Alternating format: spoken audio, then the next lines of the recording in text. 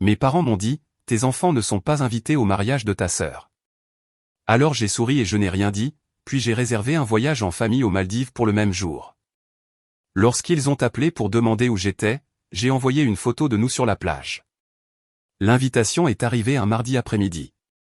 Un papier cartonné couleur crème avec des lettres dorées qui accrochaient la lumière lorsque je l'ai sorti de la boîte aux lettres. L'invitation au mariage de ma sœur Nathalie. J'ai passé mes doigts sur les noms en relief, sentant le poids du papier coûteux, le genre qui murmure l'exclusivité avant même de lire les mots à l'intérieur. J'étais heureuse pour elle, vraiment. Elle avait trouvé Brandon Whitmore, un homme dont le nom de famille avait du poids dans les cercles d'affaires de Portland, et leur fiançailles avait alimenté les conversations de notre famille pendant des mois. J'ai ouvert l'enveloppe avec précaution, m'attendant à voir la mention habituelle, +3, qui inclurait mon mari, Daniel, et nos 2 enfants, Sophie et Lucas. Alors, avant de replonger dans l'histoire, dites-nous d'où vous nous écoutez. Et si cette histoire vous touche, assurez-vous d'être abonné car demain, j'ai réservé quelque chose de très spécial pour vous. Au lieu de cela, j'ai trouvé une seule ligne sous mon nom. Victoria est, juste mon nom. Pas d'invité supplémentaire autorisé. Aucune reconnaissance du fait que j'avais ma propre famille. Je l'ai lu 3 fois, pensant que j'avais peut-être mal compris, que peut-être les invitations pour les enfants arrivaient séparément. Puis j'ai vu la petite carte glisser derrière l'invitation principale, écrite à la main avec l'écriture précise de ma mère. Victoria, nous avons décidé que le mariage serait réservé aux adultes. Ce sera plus élégant ainsi. Nous savions que tu comprendrais. Des dispositions ont été prises pour une célébration entre adultes uniquement. Tes enfants peuvent rester chez les parents de Daniel ce week-end-là. Hâte de te voir là-bas, maman. Mes mains se sont immobilisées. Le papier semblait soudain plus lourd qu'il ne l'était quelques instants auparavant. Adulte seulement. Comme si ma fille de 8 ans et mon fils de 6 ans étaient des perturbations à gérer plutôt que de la famille à célébrer. Je me tenais dans ma cuisine, la lumière du soleil traversant les fenêtres et éclairant le comptoir où les dessins de mes enfants étaient retenus par des aimants sur le réfrigérateur. Sophie venait juste d'en faire un pour tante Nathalie la semaine dernière, un dessin au crayon d'elles deux se tenant la main avec des cœurs flottants au-dessus de leur tête. Lucas s'entraînait à écrire son nom pour pouvoir signer la carte lui-même. Ils avaient été si excités quand je leur ai parlé du mariage, demandant ce qu'ils porteraient, s'il y aurait du gâteau, s'ils pourraient danser avec la demoiselle d'honneur. J'ai appelé ma mère ce soir-là après que les enfants furent au lit. J'ai gardé une voix stable, raisonnable. Maman, j'ai reçu l'invitation. J'ai remarqué qu'elle n'inclut pas Sophie et Lucas. Il a dû y avoir une erreur d'impression. Elle n'a pas hésité. Il n'y a pas d'erreur, Victoria. Nathalie veut une réception sophistiquée. Tu sais comment sont ces mariages de la haute société. Des enfants qui courent partout ruineraient l'esthétique. Les Whitmore dépensent une fortune. Nous ne pouvons pas avoir la cérémonie perturbée par des pleurs ou de l'agitation. J'ai senti quelque chose bouger dans ma poitrine, une sensation familière que j'avais passé des années à essayer d'ignorer. Mais c'est leur famille, ai-je dit doucement.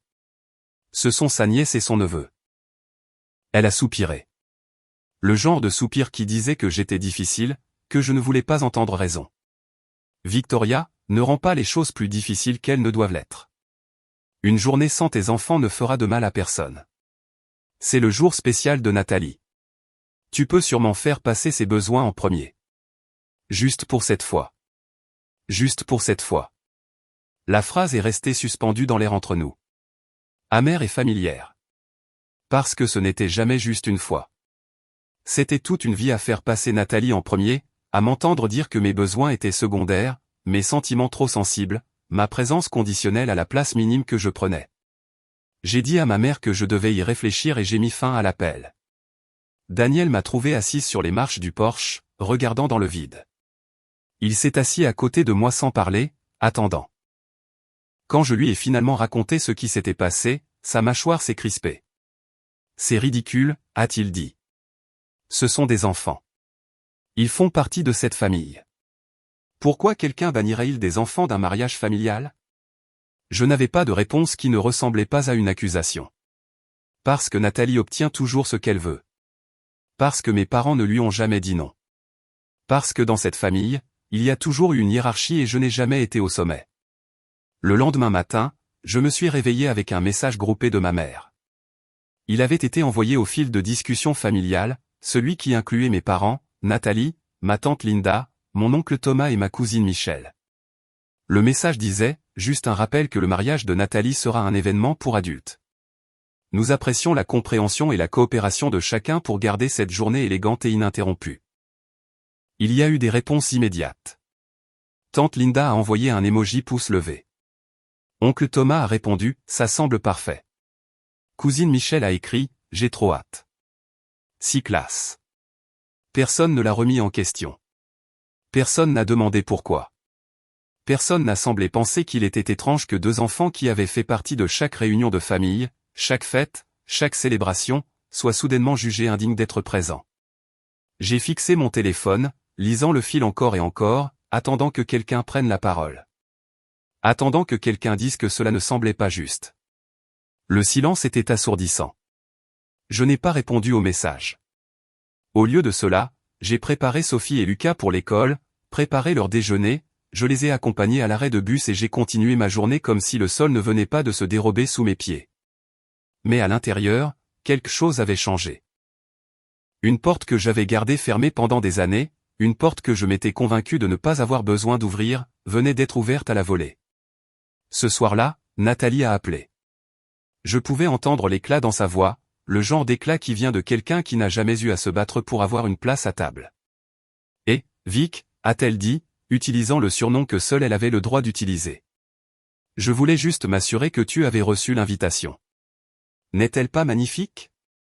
La mère de Brandon a aidé à les concevoir. Elles ont coûté une fortune, mais elles sont parfaites. J'ai éloigné le téléphone de mon oreille un instant, me stabilisant. Je l'ai reçu, ai-je dit. J'ai remarqué que Sophie et Lucas ne sont pas invités.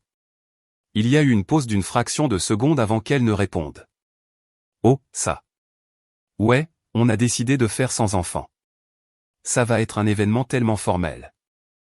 Tu sais, le lieu est tout en blanc et en vert. On ne peut tout simplement pas risquer que quelque chose soit endommagé ou perturbé. Tu comprends, n'est-ce pas? J'ai fermé les yeux.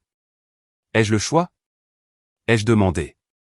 Elle a ri, légère et insouciante. Oh, Vic, ne sois pas dramatique. C'est une journée. Tu passeras un bon moment sans te soucier des enfants. Tu pourras réellement t'amuser pour une fois. Les mots ont atterri avec précision.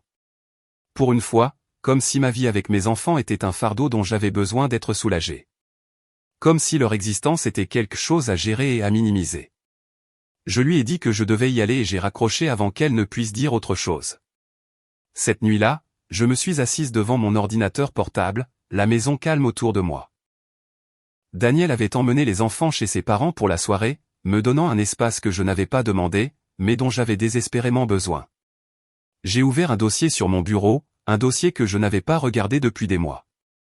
À l'intérieur se trouvaient des documents, des feuilles de calcul, des contrats et des courriels couvrant les 8 dernières années. La preuve d'une vie dont ma famille ne savait rien. Vous voyez, pendant que mes parents versaient leur attention et leurs ressources dans les rêves de Nathalie, ses projets d'affaires, son ascension sociale, j'avais construit quelque chose d'entièrement différent, quelque chose de calme, quelque chose à moi. J'avais appris il y a longtemps que la visibilité dans cette famille venait avec des conditions. Alors, j'ai cessé de la chercher. Au lieu de cela, je suis devenue invisible. Et dans cette invisibilité, je suis devenue puissante. Mais avant de vous dire comment j'ai démantelé tout ce qu'ils pensaient avoir construit, avant de vous montrer ce qui arrive quand on exclut les enfants de la mauvaise personne, j'ai besoin que vous compreniez comment nous en sommes arrivés là. Parce que cette histoire ne commence pas avec une invitation de mariage. Elle commence des décennies plus tôt dans une maison où une fille était dorée et l'autre était tolérée.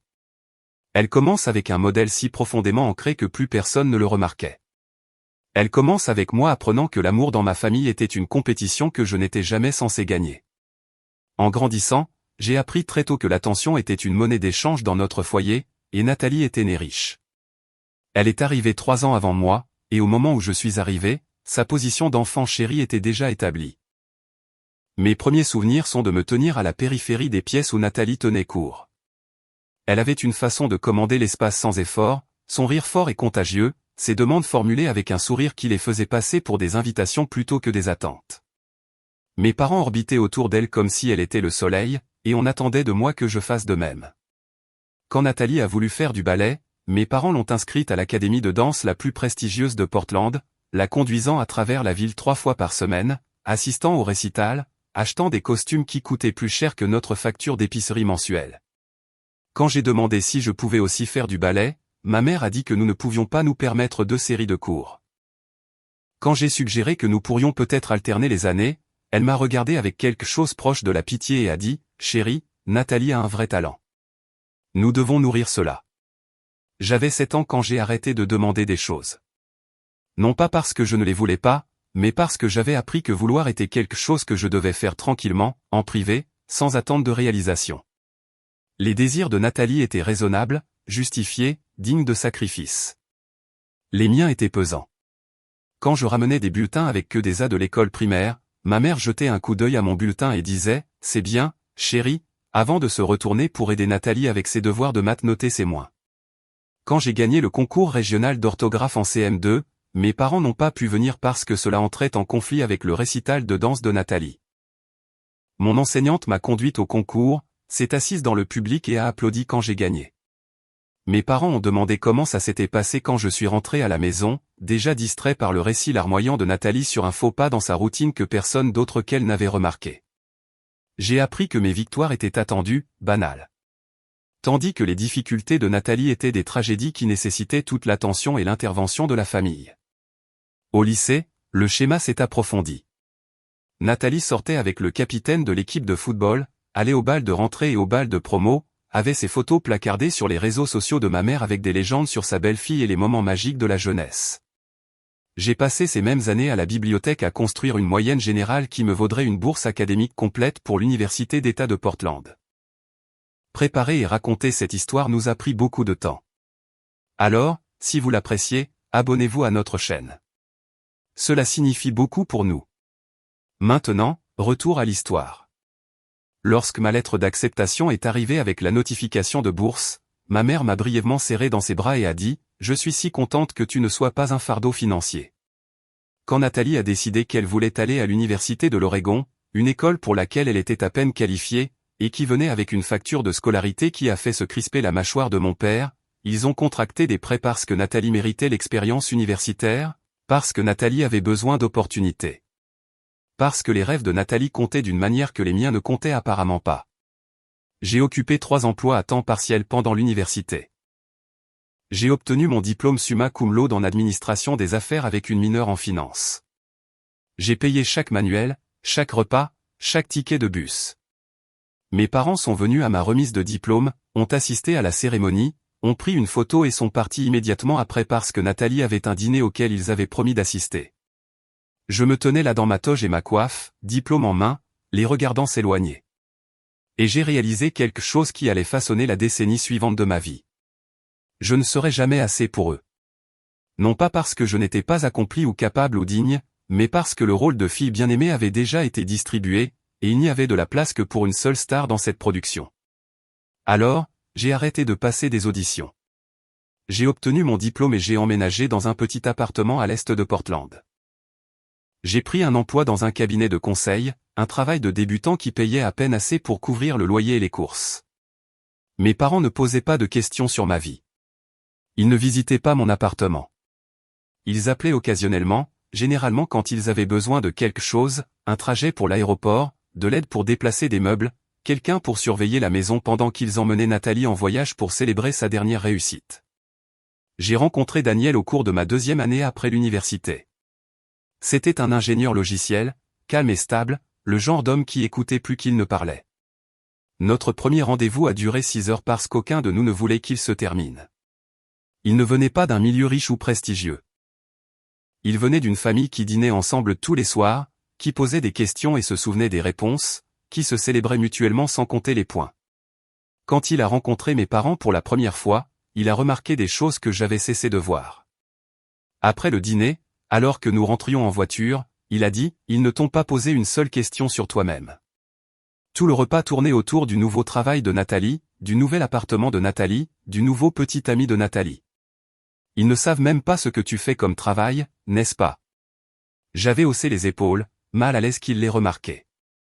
C'est juste comme ça qu'ils sont. Il m'avait regardé avec quelque chose auquel je n'étais pas habitué, une inquiétude qui n'était pas conditionnelle. Ce n'est pas normal, Victoria. Tu le sais, n'est-ce pas? J'ai épousé Daniel lors d'une petite cérémonie dans un jardin botanique. 30 personnes étaient présentes, principalement sa famille et nos amis. Mes parents sont venus mais sont partis tôt. Nathalie était ma demoiselle d'honneur, un rôle qu'elle a accepté avec le genre de condescendance gracieuse qui suggérait qu'elle me faisait une faveur.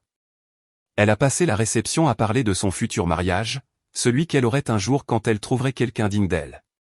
Ma mère écoutait avec une attention ravie, planifiant déjà un événement qui n'existait pas pendant que je dansais avec mon nouveau mari à mon véritable mariage. Quand Sophie est née 2 ans plus tard, j'ai pensé que les choses changeraient peut-être. Sûrement qu'un petit enfant changerait la dynamique, créerait un nouvel espace pour la connexion. Ma mère est venue à l'hôpital, a tenu Sophie pendant exactement 10 minutes, a pris 3 photos et est partie parce qu'elle avait des projets avec Nathalie. Mon père n'est jamais venu du tout. Il aidait Nathalie à emménager dans un nouveau condo, un condo que mes parents avaient co-signé parce que son crédit n'était pas assez bon par elle-même. Quand Lucas est né 18 mois après Sophie, mes parents ne sont pas venus à l'hôpital. Ils ont envoyé une carte dans un petit panier cadeau, le genre qu'on achète à la caisse de l'épicerie. Nathalie a visité une fois, a tenu Lucas pour une photo qu'elle a postée sur ses réseaux sociaux avec une légende disant qu'elle était la meilleure tante de tous les temps, puis n'a plus visité pendant 6 mois. Mes enfants ont grandi en sachant que leurs grands-parents existaient mais sans vraiment les connaître. Patricia et Robert étaient des noms attachés à des gens qui apparaissaient aux fêtes obligatoires, qui offraient des cadeaux génériques clairement achetés à la dernière minute, qui ne posaient aucune question sur l'école, les amis ou les intérêts. Pendant ce temps, ma belle famille, les parents de Daniel, sont devenus les grands-parents fonctionnels. Ils faisaient du babysitting tous les vendredis. Ils venaient à chaque pièce de théâtre scolaire et match de football. Ils savaient que Sophie adorait dessiner et que Lucas était obsédé par les dinosaures. Ils étaient présents. Mes parents ne l'étaient pas. Et pendant des années, je me suis dit que cela n'avait pas d'importance. J'avais construit une vie séparée d'eux. Une belle vie avec un mari qui m'aimait et des enfants qui s'épanouissaient. Je n'avais pas besoin de l'approbation ou de l'attention de mes parents. J'étais passé à autre chose. Mais passer à autre chose et guérir ne sont pas la même chose. Et quand cette invitation de mariage est arrivée avec les noms de mes enfants manifestement absents, quand la note de ma mère a rejeté avec désinvolture leur droit d'être inclus, quelque chose s'est brisé en moi. Toutes ces années à ravaler la douleur, à rationaliser la négligence, à me convaincre que j'allais bien en voler en éclats en un instant. Parce que ce n'était plus à propos de moi. C'était à propos de Sophie et Lucas. C'était à propos de mes parents regardant mes enfants et décidant qu'ils étaient moins importants, moins dignes, moins précieux que l'esthétique de la journée parfaite de Nathalie. Et cela, je ne pouvais pas le pardonner. Je me suis assise devant mon ordinateur cette nuit-là en fixant ces fichiers, ces documents qui représentaient des années de travail dont ma famille ne savait rien, et j'ai pris une décision. Si mes parents voulaient exclure mes enfants, si Nathalie voulait sa célébration parfaite réservée aux adultes, s'ils voulaient tous prétendre que ma famille ne comptait pas, alors je leur montrerai exactement ce qui se passe quand on sous-estime quelqu'un qu'on a passé une vie à ignorer. Vous voyez, pendant qu'ils étaient occupés à célébrer Nathalie, j'avais été occupé à bâtir un empire dont ils ignoraient l'existence. Et cet empire était sur le point de devenir la chose la plus importante de leur monde. Parce que le lieu où Nathalie prévoyait de se marier, ce magnifique domaine en vert et blanc au bord de la rivière, celui qui coûtait une fortune à réserver, celui qui l'avait fait crier de joie quand Brandon l'avait demandé en mariage là-bas, ce lieu n'appartenait pas au Whitmore. Il appartenait à un groupe d'investissement immobilier qu'il avait acheté il y a 3 ans alors qu'il était au bord de la faillite. Un groupe d'investissement immobilier que j'avais fondé, un groupe d'investissement immobilier qui opérait sous un nom si fade et anodin que personne n'avait jamais pensé à chercher qui le possédait réellement. Le domaine Riverside était à moi, et Nathalie n'avait aucune idée qu'elle planifiait son mariage de rêve sur une propriété que je contrôlais. Je n'avais pas l'intention de devenir investisseur immobilier. Ce n'était pas un grand plan que j'avais élaboré à l'université ou un rêve d'enfant que j'avais nourri. C'est arrivé par accident, comme la plupart des choses importantes dans la vie, par une combinaison de nécessité, d'opportunité et de rancune. Après notre mariage, Daniel et moi vivions dans un appartement exigu au sud-est de Portland où les murs étaient si fins que nous pouvions entendre les conversations de nos voisins mot pour mot. Je travaillais au cabinet de conseil, faisant des analyses de marché pour des clients qui se souvenaient rarement de mon nom. Et Daniel déboguait des logiciels pour une start-up qui le payait en part qui ne se matérialiserait probablement jamais. Nous étions fauchés de cette manière spécifique dont les jeunes couples sont fauchés, où vous ne mourrez pas de faim, mais vous mangez certainement des pâtes 4 soirs par semaine et vous demandez si vous avez vraiment besoin de Netflix ou si vous pouvez juste emprunter l'identifiant de quelqu'un. Mes parents n'ont jamais proposé d'aider. Quand Nathalie avait besoin d'argent pour le loyer, ils l'envoyaient immédiatement. Quand elle voulait faire un voyage en Europe pour se trouver elle-même, ils le finançaient sans poser de questions. Quand sa voiture tombait en panne, ils lui en achetaient une nouvelle. Mais quand Daniel et moi avons eu du mal à payer le loyer après une facture médicale imprévue, quand j'ai appelé mon père et demandé si nous pouvions emprunter $1000 juste jusqu'à ma prochaine paie, il avait soupiré lourdement et dit qu'il y réfléchirait. Il n'a jamais rappelé. Nathalie a reçu un chèque de $5000 ce même mois pour son anniversaire. J'ai arrêté de demander de l'aide après ça. Non pas parce que j'étais trop fier, bien que la fierté ait joué un rôle, mais parce que j'avais finalement compris qu'aux yeux de mes parents, mes luttes forgeaient le caractère. Alors que celles de Nathalie étaient des tragédies, j'étais censé me débrouiller seul. Alors, je l'ai fait. Le cabinet de conseil pour lequel je travaillais se spécialisait dans l'aide aux entreprises pour optimiser leurs opérations, réduire les coûts, améliorer l'efficacité. J'étais doué pour ça. Vraiment doué. Je pouvais regarder les finances d'une entreprise et voir des modèles que d'autres manquaient, identifier le gaspillage, repérer des opportunités de croissance. Mes analyses ont fait économiser aux clients des centaines de milliers de dollars. Mon patron m'aimait parce que je le faisais paraître brillant. Il emmenait mes rapports dans les réunions clients, présentait mes conclusions comme ses propres idées, et encaissait les bonus pendant que je recevais une augmentation annuelle standard qui suivait à peine l'inflation. C'était la dynamique de mes parents recréée sous forme professionnelle. J'étais le moteur, quelqu'un d'autre était la façade, et on attendait de moi que je sois reconnaissante de l'opportunité de contribuer. Mais j'ai commencé à garder des copies de tout ce que je faisais. Chaque analyse, chaque recommandation, chaque stratégie développée. J'ai construit un portefeuille de mon propre travail documenté avec des horodatages et des traces de courriel qui prouvaient ma paternité. Et j'ai commencé à prendre des clients en parallèle. De petites entreprises qui ne pouvaient pas se permettre les tarifs du cabinet de conseil, mais qui avaient désespérément besoin d'aide. Une propriétaire de café qui était à 3 mois de la fermeture, une librairie familiale écrasée par les détaillants en ligne. Une petite société de gestion immobilière qui perdait de l'argent à cause de systèmes inefficaces. Je les rencontrais après les heures de travail et le week-end, je facturais des tarifs que je pouvais me permettre parce que je ne payais pas un bureau au centre-ville et un personnel de 20 personnes, et je réglais leurs problèmes. La propriétaire du café a restructuré ses contrats de fournisseurs sur la base de mes recommandations et était rentable en 6 mois. La librairie a pivoté vers l'organisation d'événements et la création d'un espace communautaire, devenant un point d'ancrage du quartier au lieu d'être juste un lieu de vente au détail. La société de gestion immobilière, celle-là était intéressante. Il s'appelait Gérald, et il avait 72 ans, il était fatigué et prêt à prendre sa retraite. Il possédait 4 petits immeubles d'appartements à North Portland, des propriétés décentes dans des quartiers qui commençaient tout juste à montrer des signes de gentrification. Il perdait de l'argent parce qu'il était trop confiant, trop gentil, trop disposé à laisser passer les choses.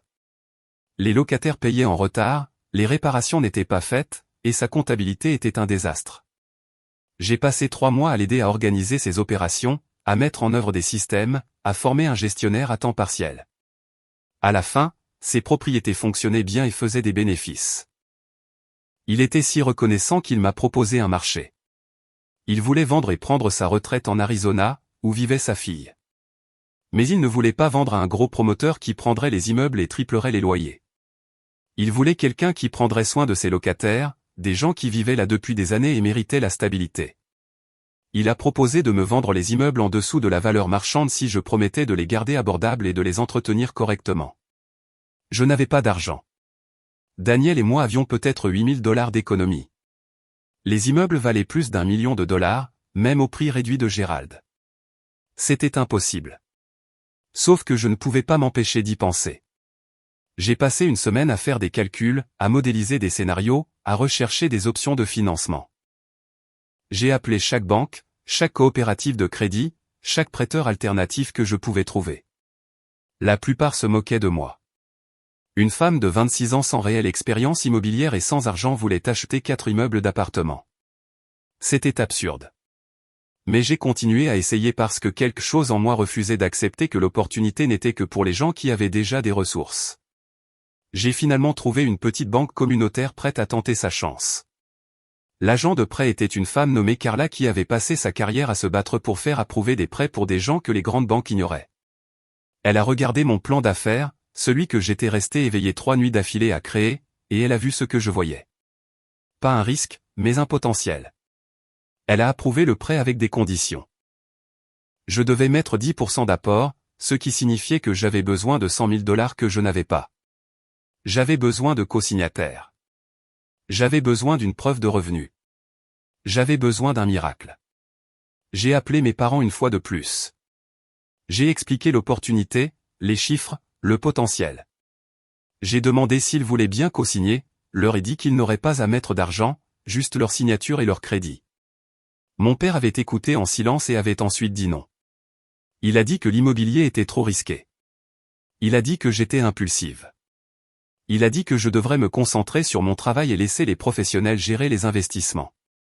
Puis il a demandé si j'avais parlé à Nathalie récemment parce qu'elle traversait une période difficile après une rupture et qu'elle aurait bien besoin du soutien de sa grande sœur. J'ai raccroché et j'ai pleuré pendant 1 heure. Puis j'ai appelé les parents de Daniel. Martin et Joyce avaient été enseignants dans une école publique toute leur carrière. Ils vivaient dans une maison modeste à Gresham, conduisaient des voitures qu'ils possédaient depuis plus d'1 décennie et prenaient 1 semaine de vacances par an pour visiter de la famille dans le Montana. Ils n'avaient pas d'argent à perdre. Mais quand j'ai expliqué la situation, quand je leur ai montré mon plan d'affaires et mes projections, quand je leur ai parlé de Gérald et de ses locataires et de l'opportunité de faire quelque chose de bien tout en construisant quelque chose de durable, ils n'ont pas hésité. Ils ont refinancé leur maison. Ils ont ouvert une ligne de crédit sur la valeur nette de leur maison.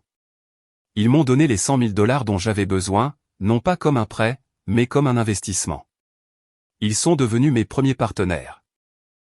Nous avons formé une LLC, Harris Property, nommée d'après la grand-mère de Daniel.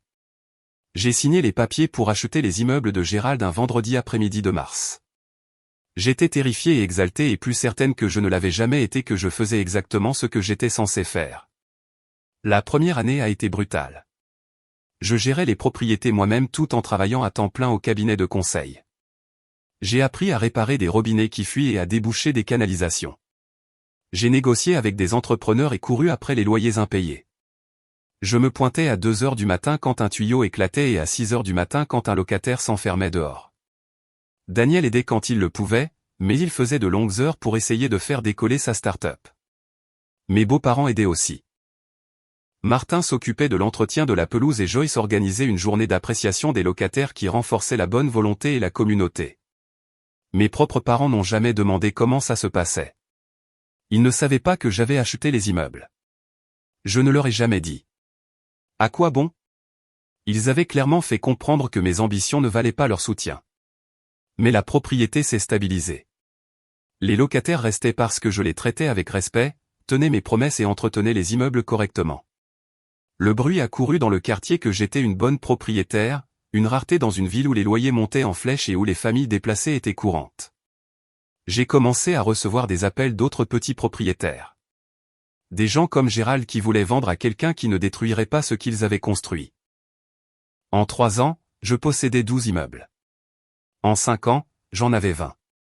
J'ai quitté le cabinet de conseil lorsque mes revenus immobiliers ont dépassé mon salaire. Mon patron était choqué. Il m'a offert une augmentation, une promotion, un bureau d'angle. J'ai tout refusé et je suis parti avec mon portefeuille de travail et une liste de contacts qui deviendraient mes clients de conseil privé. Sophie était un tout petit à ce moment-là, et j'étais enceinte de Lucas. Je travaillais à domicile, gérant des propriétés grâce à une combinaison de bons systèmes et d'une petite équipe de personnes en qui j'avais confiance. J'ai embauché une gestionnaire immobilière nommée Hélène, qui avait du mal à trouver du travail après avoir quitté une relation abusive. J'ai embauché un superviseur de maintenance nommé Marcus qui était sorti du système de placement familial et essayait de construire une vie sans soutien familial. J'ai embauché des gens qui avaient besoin qu'on leur donne une chance, qui comprenaient ce que signifiait être négligé, et je les payais bien et les traitais avec dignité. Ils étaient loyaux d'une manière qui allait au-delà de l'emploi. Ils croyaient en ce que nous construisions parce qu'ils participaient à sa construction. Mes parents ne savaient toujours rien. Ils ne demandaient jamais de nouvelles de mon travail, ne s'enquéraient jamais de la façon dont nous pouvions nous permettre notre maison ou comment nous payions nos factures. Il supposait que le travail technique de Daniel couvrait tout, ou il ne s'en souciait tout simplement pas assez pour se poser la question. Nathalie ne demandait certainement jamais. Elle était trop occupée par sa propre vie, passant d'un emploi à l'autre qu'elle quittait quand il devenait ennuyeux, sortant avec des hommes qui finançaient son train de vie, cultivant une image de glamour sans effort sur les réseaux sociaux tandis que mes parents subventionnaient la réalité derrière les filtres. Et je les laissais rester ignorants parce que leur ignorance me donnait la liberté. Ils ne pouvaient pas critiquer ce qu'ils ne connaissaient pas. Ils ne pouvaient pas minimiser les réalisations dont ils ignoraient l'existence. J'opérais dans un domaine complètement séparé de leur conscience. Et cette séparation est devenue mon plus grand avantage. Puis l'opportunité du domaine Riverside est apparue. C'était 8 ans après avoir acheté mes premiers immeubles. À ce moment-là, mon portefeuille comprenait des propriétés résidentielles, quelques petits espaces commerciaux et un partenariat dans un projet de développement qui transformait un entrepôt abandonné en loft de travail pour artistes. J'avais appris à repérer le potentiel là où d'autres ne voyaient que des problèmes. Le domaine Riverside était définitivement un problème. Il avait été construit 15 ans plus tôt par un couple riche qui l'envisageait comme le premier lieu de mariage et d'événements de Portland. L'emplacement était magnifique, juste sur la rivière Willamette avec vue sur l'eau et la ligne d'horizon de la ville. L'architecture était moderne et élégante, tout en murs de verre et lignes épurées avec des jardins qui descendaient en cascade jusqu'à un quai privé. Il aurait dû avoir du succès. Au lieu de cela, c'était un gouffre financier. Les propriétaires n'avaient aucun sens des affaires. Ils réservaient des événements à des tarifs qui ne couvraient pas leurs coûts. Ils négligeaient l'entretien de la propriété et l'entretien différé se transformait en réparation d'urgence coûteuse. Ils embauchaient du personnel peu fiable et ont développé une réputation d'événements qui semblaient beaux en photo mais étaient des désastres dans l'exécution. Les mariés se plaignaient de livraisons manquantes, de promesses non tenues et de vendeurs qui arrivaient en retard ou pas du tout. Les critiques étaient cinglantes. En 5 ans, les réservations ont chuté à presque rien. Les propriétaires ont contracté des prêts pour continuer à fonctionner, puis ont contracté d'autres prêts pour payer les premiers prêts. À la 10e année, ils se noyaient. À la 12e année, la banque a saisi. La propriété est restée vide pendant 2 ans. La banque a essayé de la vendre, mais n'a pas pu trouver d'acheteurs prêts à assumer la quantité de travail nécessaire. Le prix a chuté et a chuté encore. J'ai regardé cela se produire à distance, suivant les annonces, étudiant les finances qui étaient publiques en raison de la saisie. J'ai vu ce que tout le monde voyait, un désastre. Mais j'ai aussi vu autre chose, du potentiel, parce que les problèmes étaient tous opérationnels, pas structurels. L'ossature du lieu était excellente. L'emplacement était irremplaçable. Ce dont il avait besoin, c'était de quelqu'un qui comprenait les systèmes, qui savait comment construire des opérations fiables, qui avait des liens avec de bons entrepreneurs et vendeurs. Quelqu'un comme moi. J'ai réuni un groupe d'investissement. Hélène, ma gestionnaire immobilière, avait économisé de manière agressive et voulait investir dans quelque chose de plus grand que les locations résidentielles. Marcus avait de l'argent de famille qu'il n'avait jamais touché, un héritage d'une grand-mère qui avait cru en lui quand personne d'autre ne l'avait fait. Priya, une entrepreneur technologique que j'avais rencontrée grâce à mon travail de conseil, cherchait à diversifier son portefeuille.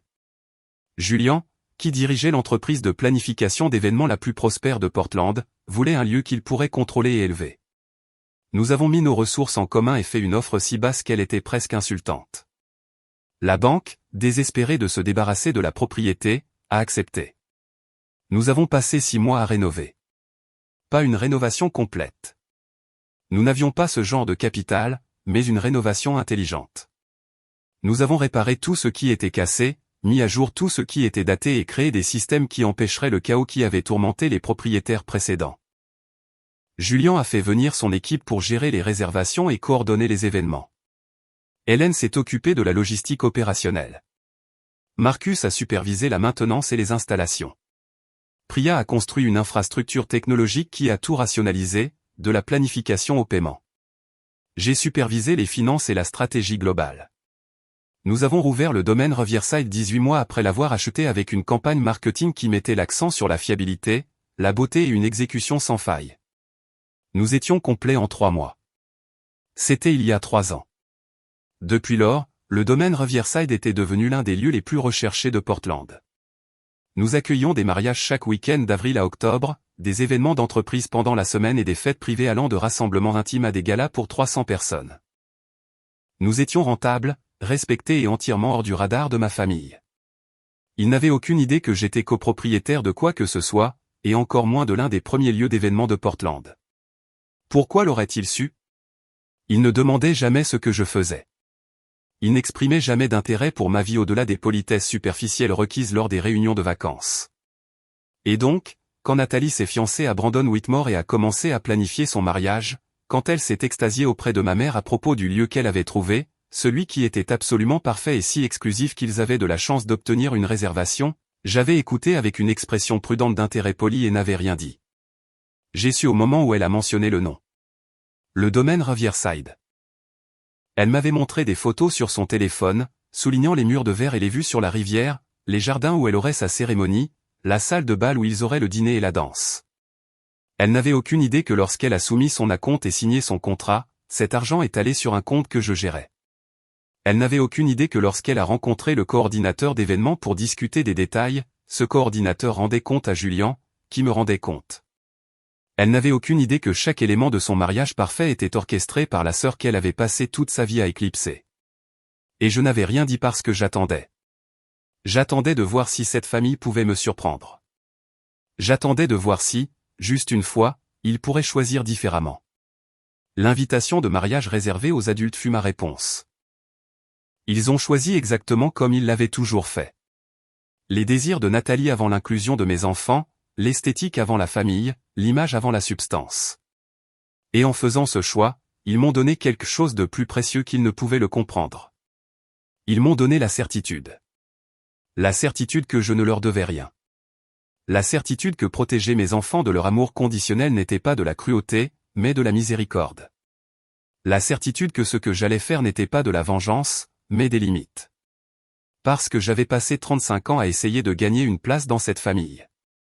J'avais été la bonne fille, la sœur qui ne se plaint pas, celle qui se présentait et souriait et ravalait sa douleur. Et cela n'avait jamais été assez. Cela ne serait jamais assez. Alors, j'ai arrêté d'essayer d'être assez pour eux et j'ai commencé à être tout pour moi-même. Le mariage était prévu pour le 15 juin, dans 4 mois. Nathalie planifiait depuis plus d'1 an, depuis que Brandon l'avait demandé en mariage sur le quai du domaine au coucher du soleil, un moment qu'elle avait posté sur toutes les plateformes de réseaux sociaux avec des photos professionnelles et une légende sur les contes de fées devenant réalité. Les Whitmore payaient la majeure partie de la facture, un fait que ma mère mentionnait constamment avec une fierté mal dissimulée. La famille de Brandon avait de l'argent, du vrai argent, le genre qui provenait de générations d'investissements prudents et de mariages stratégiques. Il possédait une chaîne de concessionnaires de voitures de luxe à travers le nord-ouest du Pacifique et s'était diversifié dans le développement immobilier et le capital investissement. Gregory Whitmore, le père de Brandon, était le genre d'homme qui portait des costumes sur mesure et jouait au golf dans des clubs de campagne qui ne faisaient pas de publicité pour l'adhésion. Diane Whitmore, sa mère, siégeait au conseil d'administration de 3 organisations à but non lucratif et organisait des collectes de fonds où les billets coûtaient $1000 l'assiette. Nathalie avait essayé de se marier dans la richesse toute sa vie d'adulte. Elle fréquentait des hommes en fonction de leur valeur nette potentielle, cultivait des amitiés avec des femmes qui avaient des fonds fiduciaires et façonnait une image de sophistication qui était tout en surface et sans substance. Brandon était son couronnement, la preuve qu'elle appartenait à des cercles dont la plupart des gens ne faisaient que lire l'existence. Et mes parents étaient ravis. Ils parlaient constamment des Whitmore, glissant leur nom dans les conversations comme si cela élevait notre famille par association. Ma mère avait déjà acheté 3 nouvelles tenues pour divers événements liés au mariage. Mon père s'était fait tailler un nouveau costume. Il se préparait à se prélasser dans la gloire reflétée d'être les parents de la mariée qui s'était bien mariée, qui avait assuré son avenir, qui avait tout fait correctement. Je les ai laissés planifier. J'ai laissé Nathalie envoyer ses mises à jour dans le chat de groupe familial, des photos d'essayage de robes et d'arrangements floraux et de dégustation de gâteaux. J'ai laissé ma mère coordonner les invitations à la fête prénuptiale et les détails du dîner de répétition. J'ai regardé tout cela se dérouler avec le détachement de quelqu'un observant une pièce qu'il avait déjà lue parce que je savais quelque chose qu'ils ignoraient. Je savais que le contrat du lieu que Nathalie avait signé incluait une clause d'annulation standard. Toute annulation effectuée moins de 90 jours avant la date de l'événement entraînait la perte de l'intégralité de l'acompte et la responsabilité de 50% du solde restant. L'acompte de Nathalie était de $15 000. Le coût total de son forfait mariage était de $80 000. Si son mariage était annulé avec un préavis de moins de 90 jours, elle perdrait 15 000 $ et en devrait 40 000 de plus. 55 000 $ partis en fumée. Et le contrat incluait également une clause qui donnait au lieu le droit d'annuler pour n'importe quelle raison avec un préavis de 60 jours avec un remboursement complet des dépôts, mais aucune responsabilité pour les coûts ou dommages supplémentaires. C'était une clause de protection standard dans l'industrie conçue pour donner au lieu une porte de sortie si un client devenait abusif envers le personnel, s'il violait les conditions de service, si les circonstances rendaient l'événement intenable. J'avais écrit cette clause moi-même lorsque nous avons rédigé nos contrats. Je n'avais jamais imaginé que je l'utiliserais jusqu'à maintenant. Les semaines suivant l'invitation semblaient irréelles, comme regarder une tempête se former à l'horizon alors que tout le monde autour de moi commentait la beauté des nuages. Nathalie envoyait des mises à jour quotidiennes au chat de groupe familial. Elle avait trouvé le photographe parfait, un qui avait photographié des mariages de célébrités mineures et facturait en conséquence. Elle avait choisi un fleuriste spécialisé dans les installations qui semblaient appartenir à des galeries de musées. Elle avait engagé un quatuor à cordes qui jouait à l'orchestre symphonique. Chaque détail était organisé pour un impact maximal, chaque choix conçu pour communiquer la richesse, le goût et l'appartenance. Ma mère répondait à chaque mise à jour avec des émojis enthousiastes et des points d'exclamation.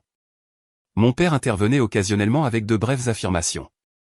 Tante Linda posait des questions sur les palettes de couleurs et le nombre d'invités. Oncle Thomas faisait des blagues sur les bars ouverts et les désastres sur la piste de danse. Cousine Michel se portait volontaire pour aider avec les décorations et l'installation. Le fil bourdonnait d'excitation collective. Une famille unie dans la célébration de la réussite de Nathalie. Je regardais en silence, mon nom apparaissant dans la liste des destinataires, mais ma voix manifestement absente. Personne ne l'a remarqué, ou s'ils l'ont fait, ils ne s'en sont pas souciés assez pour demander pourquoi. Daniel l'a remarqué. Il jetait un coup d'œil à mon téléphone lorsque les notifications allumaient l'écran, me voyait lire les messages et reposer le téléphone sans répondre. Un soir, environ 3 semaines après l'arrivée de l'invitation, il m'a trouvé assise sur le porche arrière avec un verre de vin, regardant dans le vide. Il s'est assis à côté de moi et a attendu, une compétence qu'il avait perfectionnée au fil des années de mariage. Il savait que je parlerais quand je serais prête. Que pousser ne ferait que me faire reculer davantage. Après plusieurs minutes de silence rompu uniquement par le bruit du vent dans les arbres et la circulation lointaine, j'ai finalement parlé. Je dois te dire quelque chose, ai-je dit. Et j'ai besoin que tu entendes tout avant de répondre. Au cours de l'heure suivante, je lui ai tout raconté, non seulement à propos de l'invitation au mariage et de l'exclusion de nos enfants. Il connaissait déjà cette partie, mais à propos du côté commercial des choses, de Harris Property et du groupe d'investissement et du domaine Riverside. Il savait que je possédais des propriétés locatives, mais il ne connaissait pas toute l'étendue de ce que j'avais construit. Je l'avais cloisonné, pas exactement par secret, mais par désir d'avoir quelque chose qui était entièrement à moi, quelque chose que je n'avais pas à expliquer, justifier ou défendre. Pendant que je parlais, lui décrivant la chronologie des acquisitions, des partenariats et de la croissance, son expression est passée de la surprise à quelque chose proche de l'admiration. Quand j'ai terminé en expliquant que le lieu de rêve de Nathalie était en fait mon lieu, que son mariage parfait était planifié sur une propriété que je possédais, il s'est adossé et a laissé échapper un long souffle. « Comment ai-je pu ne pas savoir ça ?» a-t-il demandé, non pas accusateur, mais sincèrement curieux. « Tu connais Harris Property ?» ai-je dit. « Tu as rencontré Hélène et Marcus. Tu as vu les états financiers quand nous déclarons nos impôts. » Il a secoué la tête. « Je savais que tu possédais des propriétés locatives. Je ne savais pas que tu possédais 20 immeubles. Je ne savais pas que tu possédais le domaine Riverside. Je ne savais pas que tu étais. » Il s'est arrêté, cherchant ses mots. « Je ne savais pas que tu dirigeais un empire. » J'ai souri, un petit sourire serré qui n'atteignait pas mes yeux. « Ce n'est pas un empire, ai-je dit. Ce sont juste de bonnes décisions accumulées au fil du temps. » Il a pris ma main. « Victoria, c'est extraordinaire. Pourquoi ne m'as-tu pas dit toute l'étendue de la chose ? » Je m'étais moi-même posé cette question de nombreuses fois. La réponse était compliquée, stratifiée de vieilles blessures et de comportements appris. Parce que si je le disais aux gens, si je le rendais visible, cela devenait quelque chose qu'ils pouvaient commenter, critiquer, minimiser. Mes parents m'avaient appris que mes réalisations étaient soit attendues, soit insignifiantes. Nathalie m'avait appris que mes succès la mettaient mal à l'aise, menaçaient sa position d'unique. J'avais appris à garder mes victoires silencieuses, à célébrer en privé, à construire dans l'ombre. C'était devenu une habitude. Mais Daniel n'était pas mes parents. Il n'était pas Nathalie.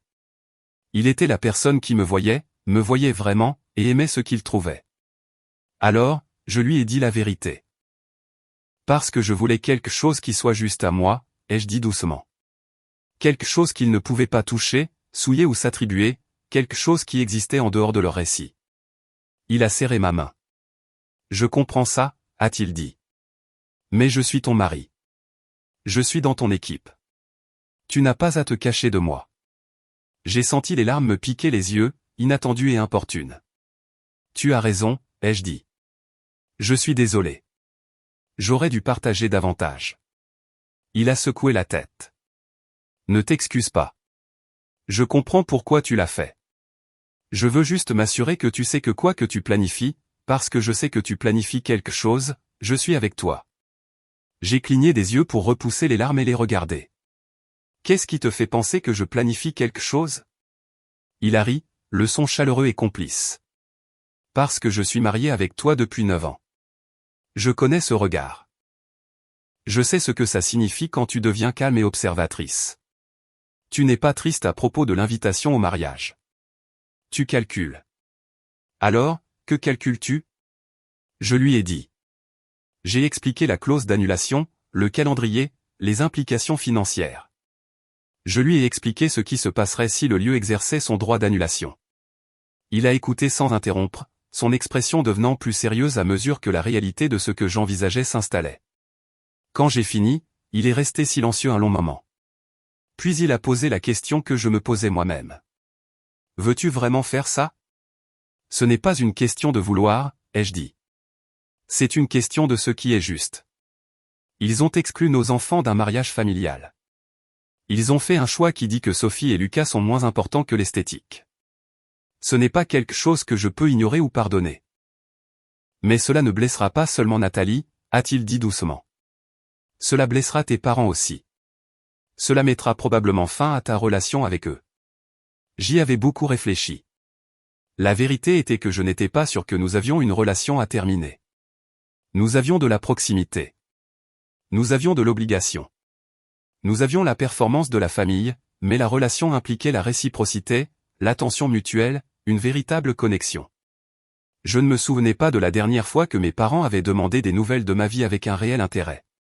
Je ne me souvenais pas de la dernière fois qu'ils s'étaient montrés présents pour moi sans qu'on le leur demande. Je ne me souvenais pas de la dernière fois qu'ils m'avaient choisi plutôt que Nathalie. Peut-être qu'il y avait eu des moments quand j'étais très jeune, avant que la personnalité de Nathalie n'ait pleinement émergé, avant que les rôles n'aient été attribués. Mais ces moments, s'ils existaient, étaient si lointains qu'ils ressemblaient à des histoires que quelqu'un m'avait racontées plutôt qu'à des souvenirs que je possédais. J'ai regardé Daniel, cet homme qui m'avait donné plus d'amour et de soutien en 9 ans que mes parents ne m'en avaient donné en 35. Ma relation avec eux s'est terminée il y a longtemps, ai-je dit. J'ai juste fait semblant que non parce que faire semblant était plus facile que de faire le deuil. Mais je ne peux plus faire semblant. Pas quand cela affecte nos enfants. Il a hoché la tête lentement. Alors je te soutiens, a-t-il dit. Quoi que tu décides de faire, je suis avec toi. Promets-moi juste que tu le fais pour les bonnes raisons, pas par vengeance, mais pour poser des limites. J'ai examiné ces mots attentivement. La vengeance serait d'agir par méchanceté, de vouloir causer de la douleur pour le plaisir de la douleur. Les limites consistaient à protéger ce qui comptait, à dire ça suffit, à refuser de participer à ma propre diminution. Cela ressemblait à des limites. Cela ressemblait à enfin, après des décennies à accepter des miettes, quitter une table qui n'avait jamais été dressée pour moi. Le lendemain matin, j'ai appelé Julien. Il était sur le lieu pour faire une visite de repérage pour un événement d'entreprise à venir. Quand il a répondu, je pouvais entendre l'écho de la salle de bal vide en arrière-plan. « Eh, patronne » a-t-il dit joyeusement. « Quoi de neuf ?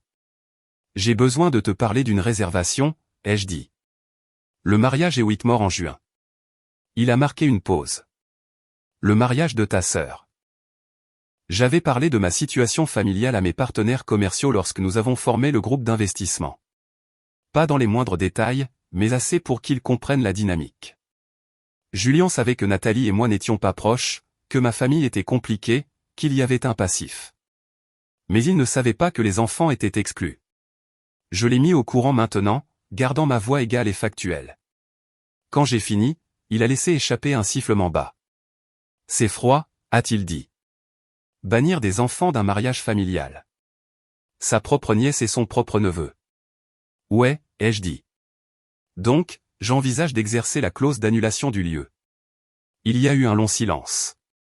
Victoria, a-t-il dit prudemment. Je comprends pourquoi tu es contrarié. Je le serais aussi, mais annuler son mariage, c'est l'option nucléaire. Es-tu sûr? Je suis sûr que je ne veux pas faciliter un événement qui célèbre une famille qui ne valorise pas mes enfants. Ai-je dit. Je suis sûr que je ne veux pas profiter du mariage de ma sœur alors qu'elle ne pense pas que mes enfants sont dignes d'y assister. Je suis sûr que j'ai fini d'être invisible et accommodante. Il a soupiré. D'accord. A-t-il dit, je t'entends, mais nous devons penser aux implications commerciales. Les Whitmore ont de l'argent et des relations. Si nous annulons, ils pourraient nous causer des ennuis. Mauvaise critique, menaces juridiques, pression sur d'autres clients. Nous avons travaillé dur pour bâtir la réputation que nous avons. Je ne veux pas risquer ça. Il avait raison d'être inquiet. J'avais pensé aux retombées potentielles. Les Whitmore étaient exactement le genre de personnes qui pouvaient causer des problèmes s'ils se sentaient lésés. Gregory Whitmore siégeait à des conseils d'administration, connaissait des avocats et avait des amis au gouvernement municipal. Diane Whitmore était connectée à toutes les familles riches de la scène sociale de Portland. Il pourrait absolument rendre la vie difficile au domaine Riverside s'il le choisissait, mais j'avais aussi pensé au levier. Et j'en avais beaucoup. As-tu vu la liste des invités pour le mariage? Ai-je demandé à Julian. Il a confirmé qu'il l'avait vue. Le client l'avait soumise il y a des semaines dans le cadre du processus de planification. Regarde les noms 15 à 35, ai-je dit. Dis-moi ce que tu remarques. Je l'ai entendu ouvrir le fichier, le bruit de papier froissé ou d'un écran tapoté. Après un moment, il a émis un petit son de réalisation. Ce sont tous des gens avec qui nous avons travaillé, a-t-il dit. Des membres de conseils d'administration d'organisations à but non lucratif pour lesquels nous avons organisé des collectes de fonds, des dirigeants d'entreprises avec lesquels nous avons fait des événements corporatifs, ce propriétaire de galerie qui nous réserve pour des vernissages. Exactement, ai-je dit. Ce mariage n'est pas juste un événement familial. C'est une opportunité de réseautage pour les Whitmore. La moitié de la liste d'invités se compose de personnes qui ont des relations existantes avec notre lieu. Si nous annulons, oui, les Whitmore seront en colère. Mais ils devront aussi expliquer à 40 de leurs relations les plus proches pourquoi le premier lieu de Portland a décidé qu'il ne voulait pas de leur affaire. Et ces relations pourraient se demander ce que les Whitmore ont fait pour brûler ce pont. Julian était silencieux, en train de traiter l'information. Tu as bien réfléchi, a-t-il dit. Je l'ai fait. J'ai confirmé. Ce n'est pas impulsif. C'est stratégique. Je n'essaie pas de les détruire. J'essaie de fixer une limite qui protège ma famille, et je suis prête à accepter les conséquences professionnelles si elles surviennent, mais je ne pense pas qu'elles surviendront. Je pense que les Whitmore trouveront discrètement un autre lieu et diront aux gens qu'il y a eu un conflit d'horaire ou un changement de plan parce qu'en faire tout un plat nécessiterait d'expliquer les détails, et les détails ne les font pas bien paraître. Il a réfléchi pendant un autre long moment. Qu'en pense Hélène, a-t-il demandé. Et Marcus et Priya. Je ne leur ai pas encore parlé, ai-je admis. Je voulais d'abord vérifier avec toi puisque tu gères toute la coordination des événements, mais je discuterai avec tout le monde avant de prendre une décision finale. C'est un partenariat. Je n'agirai pas unilatéralement sur quelque chose d'aussi important. Nous devons nous réunir, a-t-il dit. Tout ce soir si possible. J'ai accepté, et nous avons fixé une heure. Ce soir-là, nous nous sommes réunis tous les 5 dans un restaurant calme au nord-ouest de Portland, un endroit que nous considérions comme notre quartier général non officiel pour les discussions importantes. Nous nous sommes assis dans un box au fond, loin des autres convives, et j'ai exposé la situation dans son intégralité. Je leur ai montré l'invitation avec l'omission flagrante des noms de mes enfants. Je leur ai lu la note de ma mère sur le fait de garder le mariage élégant et entre adultes. J'ai expliqué la dynamique familiale, l'histoire du favoritisme et du rejet, le schéma qui avait culminé en ce moment. Puis je leur ai dit ce que je voulais faire et pourquoi. Hélène a parlé la première. Elle me connaissait depuis le plus longtemps parmi les personnes à table, à part la famille de Daniel. Elle avait vu mes enfants grandir, avait été aux fêtes d'anniversaire et aux événements scolaires, m'avait vu naviguer dans l'équilibre délicat de bâtir une entreprise tout en élevant une famille en grande partie sans l'implication de mes parents. Je te soutiens, a-t-elle dit fermement. La famille devrait protéger la famille. Si tes parents et ta sœur ne peuvent pas voir la valeur de Sophie et Lucas, c'est leur échec, pas le tien. Et je ne pense pas que tu devrais avoir à accueillir un événement qui te blesse. Marcus a hoché la tête en accord. Il avait sa propre histoire familiale compliquée, des années de rejet et d'instabilité avant de trouver sa voie. Il comprenait ce que signifiait être jugé indigne par des gens qui étaient censés vous aimer. C'est ta décision, a-t-il dit. Mais pour ce que ça vaut, je pense que les limites sont saines. Tu as passé toute ta vie à les accommoder. Peut-être qu'il est temps qu'il t'accommode. Priya s'est penchée en avant, son expression pensive. Je réfléchis à cela d'un point de vue commercial, a-t-elle dit. Et je vois les préoccupations de Julien concernant les retombées potentielles. Mais je vois aussi la force de notre position. Nous ne sommes pas ceux qui sont déraisonnables ici, ce sont eux. Et s'ils essaient de nous peindre comme les méchants, nous avons une trace écrite qui montre que nous n'avons été rien d'autre que professionnels. La clause d'annulation existe pour des situations exactement comme celle-ci. Nous sommes dans notre droit de l'utiliser. De plus, a-t-elle ajouté avec un léger sourire, j'ai fait quelques recherches sur Gregory Whitmore. Il essaie actuellement d'obtenir un financement pour un nouveau projet de développement. Il a besoin de maintenir de bonnes relations avec la communauté d'affaires. Commencer une querelle publique avec un lieu respecté serait mal vu. Il voudra garder ça discret. Julien a été le dernier à donner son avis. Il nous avait tous observés, écoutant la discussion, ses doigts tapotant légèrement sur la table comme il le faisait quand il réfléchissait intensément. Je suis partant, a-t-il dit finalement. Mais je veux le faire intelligemment. Nous annulons avec le préavis complet de 60 jours autorisé par le contrat. Nous offrons un remboursement complet de tous les dépôts et paiements effectués. Nous fournissons une liste de lieux alternatifs et proposons de faciliter le transfert des contacts des fournisseurs. Nous sommes impeccablement professionnels et courtois. Nous ne leur donnons aucune munition pour prétendre que nous avons agi de mauvaise foi. J'ai hoché la tête. C'est exactement ce que je pensais. Nous faisons ça proprement. Pas de drame, pas d'explication au-delà du langage standard de la clause d'annulation. Nous exerçons simplement notre droit contractuel et nous nous retirons. Donc, nous sommes d'accord, a dit Hélène, regardant autour de la table. Tout le monde a hoché la tête. Priya a tendu la main et a serré la mienne. Tu mérites mieux que la façon dont ils t'ont traité, a-t-elle dit. Et tes enfants méritent définitivement mieux. Ne remets pas ça en question. J'ai senti quelque chose se relâcher dans ma poitrine, une tension que je n'avais pas réalisé porter. Ces gens, mes partenaires commerciaux et amis, me voyaient. Ils comprenaient. Ils me soutenaient d'une manière que ma famille n'avait jamais faite. Quoi qu'il arrive ensuite, je ne l'affronterai pas seul. Nous avons établi un calendrier. Le mariage était le 15 juin. Nous étions le 20 février. Cela nous donnait un peu moins de 4 mois. L'avis d'annulation de 60 jours devait être envoyé au plus tard le 15 avril. Mais je voulais attendre un peu plus longtemps. Laisser Nathalie s'investir davantage dans la planification. Laisser mes parents s'investir davantage dans le spectacle. Non pas pour être cruel, mais pour m'assurer que lorsque l'annulation arriverait, le message serait sans équivoque. Vous avez exclu mes enfants. Il y a des conséquences à cela. Mars est passé dans un flou de mise à jour de mariage et d'affaires courantes. L'excitation de Nathalie a atteint son paroxysme à mesure que les détails se mettaient en place. Elle a posté à propos de sa fête prénuptiale, une affaire somptueuse que ma mère a organisée dans un restaurant haut de gamme où les invités ont apporté des cadeaux d'une liste qui comprenait des articles coûtant des centaines de dollars. Elle a posté à propos de son enterrement de vie de jeune fille, un week-end dans la région viticole financé par ses demoiselles d'honneur et mes parents. Elle a posté à propos des derniers essayages de robes, de la planification de la lune de miel et du menu de cocktail personnalisé qu'elle avait conçu pour la réception. Chaque publication était une image de perfection soigneusement organisée, filtrée, cadrée et légendée pour communiquer la joie, la sophistication et une vie bien vécue. Je n'en ai liké aucune. Je n'ai commenté aucune d'entre elles. J'ai maintenu mon silence et ma distance. Nathalie ne semblait pas le remarquer ou s'en soucier. Elle était trop absorbée par son propre récit pour enregistrer mon absence de la section des supporters. Ma mère a appelé une fois pendant cette période, demandant si j'avais déjà commandé ma robe pour le mariage. Elle m'a rappelé que le thème de couleur était blush et or, que les invités devaient s'habiller de manière formelle, que c'était un événement important et que je devrais faire un effort pour avoir une apparence appropriée.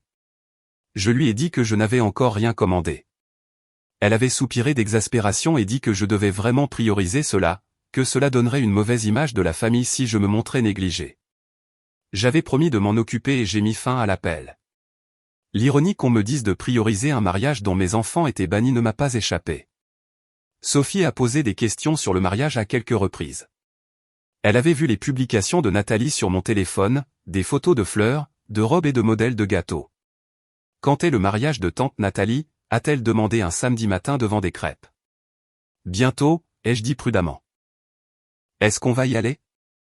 Ça va être une fête pour les grands, ai-je dit, gardant ma voix légère. Juste pour les adultes. Son visage s'est assombri. Pourquoi les enfants ne peuvent pas venir? Parfois, les mariages sont juste pour les grands, ai-je expliqué, détestant chaque mot.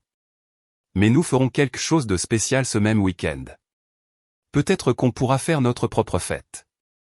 Lucas, qui avait été plus intéressé par ces jouets dinosaures que par la conversation, a levé les yeux.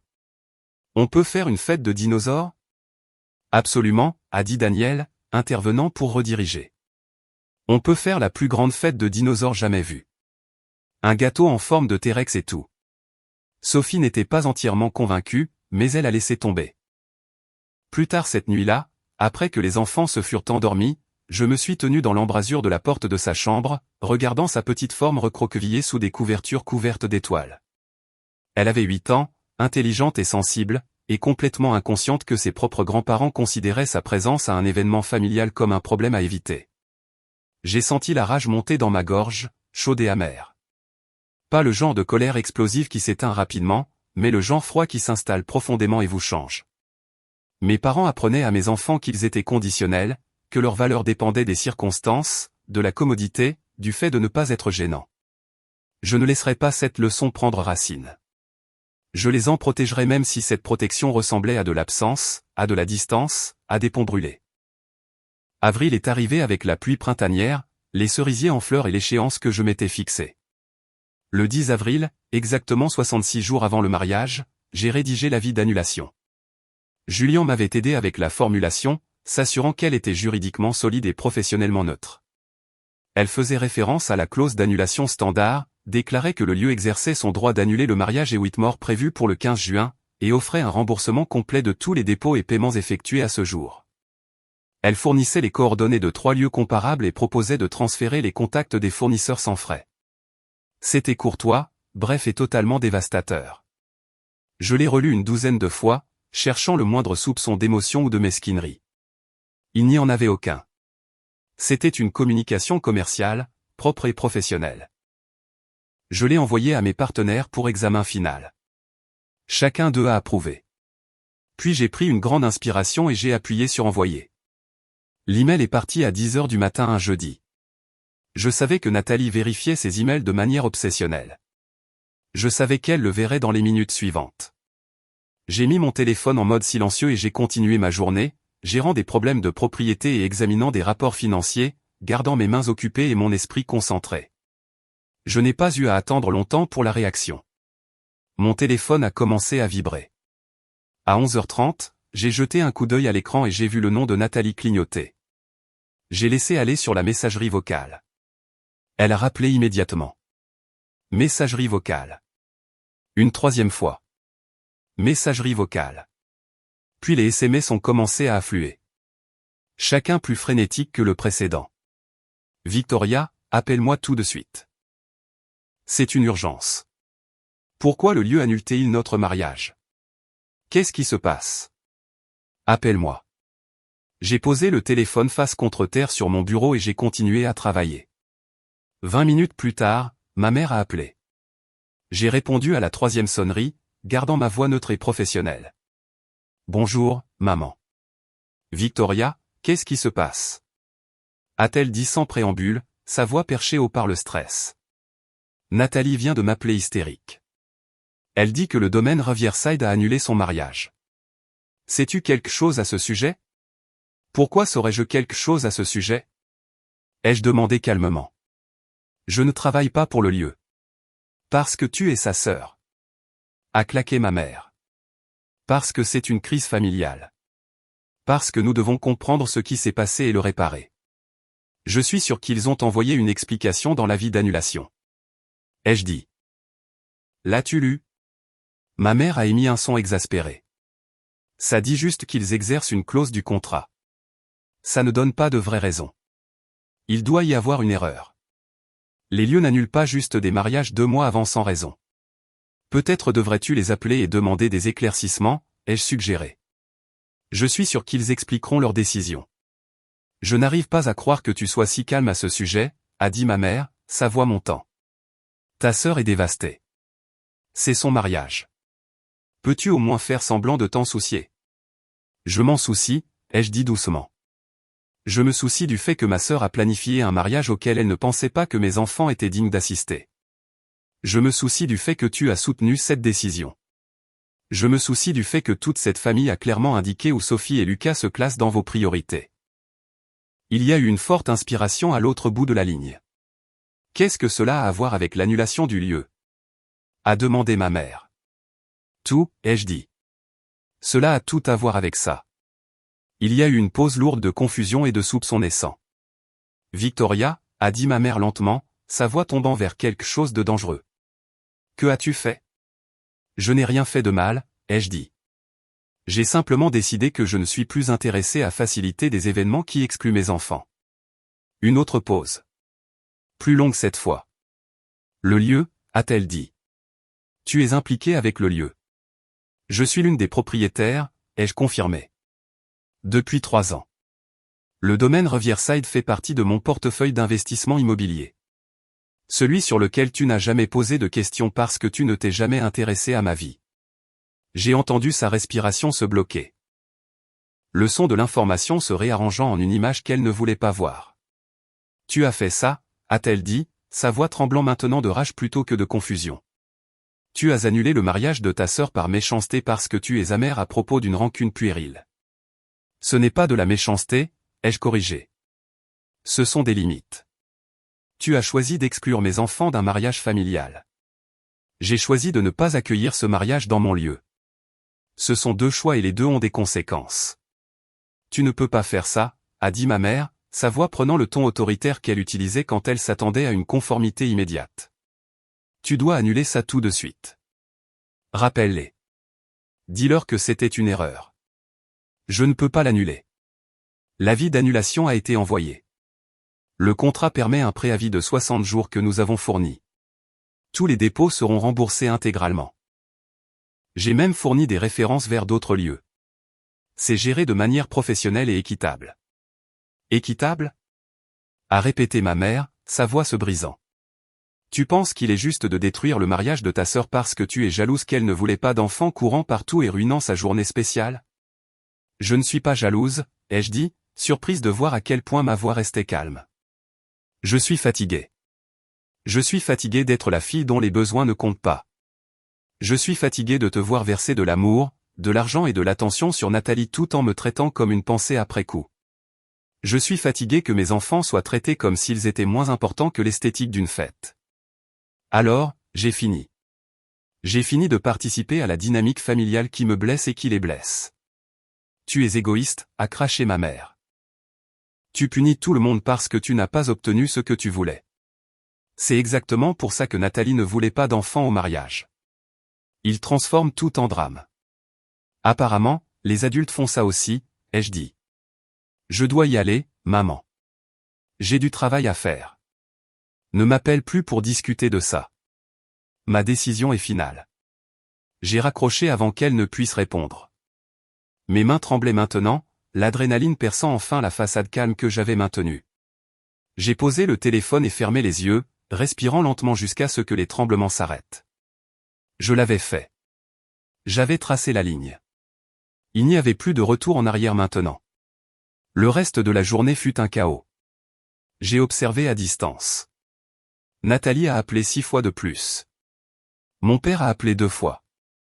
Tante Linda a appelé. Oncle Thomas a appelé. Cousine Michel a envoyé un long SMS sur la loyauté familiale et le pardon et comment je faisais une terrible erreur. Je n'ai répondu à aucun d'eux. Daniel est rentré tôt du travail, ayant senti que quelque chose d'important se passait. Il m'a trouvé dans le jardin assise sur la balancelle du Porsche que nous avions installé l'été dernier. Il s'est assis à côté de moi et a pris ma main. « Tu l'as envoyé ?» a-t-il dit. Ce n'était pas une question. Je l'ai envoyé, ai-je confirmé. Et il perd la tête. Il a hoché la tête. Comment te sens-tu? J'ai réfléchi à cela.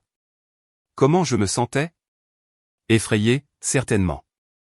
Je venais de faire exploser une bombe au centre de ma famille, et les retombées seraient importantes et durables. Triste, parce que même si je savais que c'était nécessaire, cela faisait toujours mal de couper des liens qui avaient autrefois signifié quelque chose, même si ce quelque chose était principalement de l'obligation et de l'espoir. Mais sous la peur et la tristesse se trouvait autre chose. Le soulagement. Un sentiment de légèreté auquel je ne m'attendais pas. Pendant 35 ans, j'avais porté le poids d'essayer d'être assez. D'essayer de mériter un amour qui aurait dû être donné librement. D'essayer de m'intégrer dans un espace qui n'avait jamais été conçu pour me contenir. Je venais de poser ce poids. Je venais d'arrêter d'essayer. Et la liberté de cela, même au milieu de la crise, était extraordinaire. J'ai l'impression de pouvoir respirer, ai-je dit à Daniel. Pour la première fois de ma vie, j'ai l'impression de pouvoir réellement respirer. Il m'a serré contre lui, passant son bras autour de mes épaules. Je suis fier de toi, a-t-il dit doucement. Je sais que ce n'était pas facile. Merci de croire en moi, ai-je dit. Merci d'être la famille dont j'avais besoin quand la mienne ne pouvait pas l'être. Nous nous sommes assis ensemble alors que le soleil se couchait, regardant le ciel devenir rose, orange et violet, et je me suis laissé tout ressentir. Le chagrin, le soulagement et la certitude que j'avais fait la bonne chose. Le lendemain matin a apporté une nouvelle vague d'attaques. Mon téléphone était plein de messages vocaux que je n'ai pas écoutés et de SMS que j'ai survolés mais pas lus en détail. Le chat de groupe familial avait explosé pendant la nuit, des messages volant dans tous les sens à propos de la situation. J'avais été retiré du chat à un moment donné, excommunié numériquement, mais la mère de Daniel, Joyce, avait été incluse dans une partie de la correspondance et elle m'a transféré des captures d'écran. Les messages étaient ce à quoi je m'attendais. Nathalie était peinte comme la victime, dévastée et trahie. J'étais peinte comme vindicative et cruelle, laissant une petite offense se transformer en représailles nucléaires. Ma mère avait envoyé un long message sur sa déception à mon égard, comment je jetais la famille pour rien, comment je regretterais cela pour le reste de ma vie. Ce qui m'a le plus frappé n'était pas le contenu des messages, mais l'absence de toute reconnaissance de la raison pour laquelle j'avais fait ce que j'avais fait. Personne n'a mentionné l'exclusion de mes enfants. Personne n'a remis en question si cette décision avait été blessante ou fausse. Personne n'a suggéré que peut-être, possiblement, il portait une part de responsabilité dans la situation actuelle. Tout tournait autour de ma réaction excessive, de ma cruauté, de mon incapacité à être raisonnable. Le récit avait été établi et j'étais la méchante. J'ai découvert que je ne m'en souciais pas autant que je le pensais. Leur récit n'avait jamais inclus la vérité sur moi de toute façon. C'était juste une distorsion de plus dans une vie de distorsion. Hélène a appelé en milieu de matinée pour prendre des nouvelles. Elle avait reçu un message vocal en colère de Gregory Whitmore menaçant de poursuites judiciaires si nous n'annulions pas l'annulation. Elle semblait inquiète mais pas paniquée. Je lui ai dit que je m'en occuperais et j'ai appelé notre avocate, une femme vive nommée Catherine, qui avait géré tous nos contrats commerciaux et litiges. J'ai expliqué la situation, lui ai envoyé des copies du contrat du lieu et de l'avis d'annulation et lui ai demandé son avis sur notre exposition juridique. Elle m'a rappelé dans l'heure. « Tu es complètement couverte », a-t-elle dit. La clause d'annulation est en béton. Tu as fourni plus que le préavis requis. Tu offres un remboursement complet. Ils n'ont aucun motif pour une action en justice. S'ils essaient de poursuivre, nous le ferons rejeter immédiatement, et nous pourrions même être en mesure de contre-attaquer pour procédure abusive. Dis à tes partenaires d'arrêter de s'inquiéter. J'ai senti une tension, que je n'avais pas réalisé tenir, se relâcher de mes épaules. Merci, Catherine. Elle a marqué une pause. Puis-je te demander quelque chose en off? Bien sûr. Est-ce vraiment une décision contractuelle ou est-ce personnelle? Les deux, ai-je admis. La situation qui a mené à l'annulation est profondément personnelle. Mais la décision d'annuler était une décision commerciale prise par tous les partenaires. Nous ne voulons pas accueillir d'événements qui entrent en conflit avec nos valeurs. Et l'une de nos valeurs est de protéger la famille, en particulier les enfants. Elle est restée silencieuse un moment. Puis elle a dit, « Bravo à toi. J'ai vu ta dynamique familiale lors de quelques événements au fil des ans. J'ai toujours pensé que tu méritais mieux. J'apprécie cela, ai-je dit. Cela signifie plus que tu ne le penses. » Dans l'après-midi, la deuxième vague a frappé. Brandon, le fiancé de Nathalie, m'a appelé directement. J'ai failli ne pas répondre, mais la curiosité l'a emporté. Je voulais entendre ce qu'il avait à dire, s'il serait raisonnable ou s'il suivrait le script que ma famille jouait déjà. J'ai répondu avec une salutation neutre. « Victoria » a-t-il dit, sa voix tendue par une colère contrôlée. « Nous devons parler de cette situation. »« J'écoute » ai-je dit.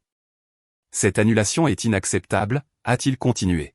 « Ma famille a investi des ressources importantes dans la planification de ce mariage.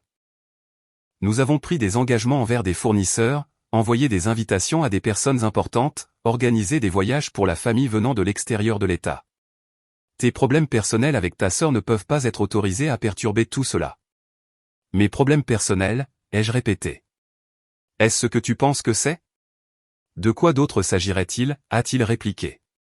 « Nathalie m'a dit que tu es contrarié que les enfants n'aient pas été invités. Ce n'est pas une raison légitime pour annuler un lieu de mariage. C'est mesquin et vindicatif. T'a-t-elle dit que les enfants en question sont mon fils et ma fille, ai-je demandé. Sa nièce et son neveu. Tes futures nièces et neveux. A-t-elle mentionné cette partie ? Il a hésité. Elle a dit que c'était un problème familial. C'est un problème familial, ai-je convenu. Le problème est que ta fiancée et mes parents ont décidé que mes enfants ne sont pas assez importants pour être inclus dans une célébration familiale. C'est le problème. Pas ma réaction à cela, mais la décision qui l'a provoquée. Écoute, a-t-il dit, son ton changeant légèrement vers quelque chose qui aurait pu être destiné à sembler conciliant, mais qui a atterri comme condescendant. Je comprends ta blessure, mais les mariages sont stressants et coûteux. Des décisions doivent être prises. Ce n'était pas personnel. Pas personnel, ai-je dit.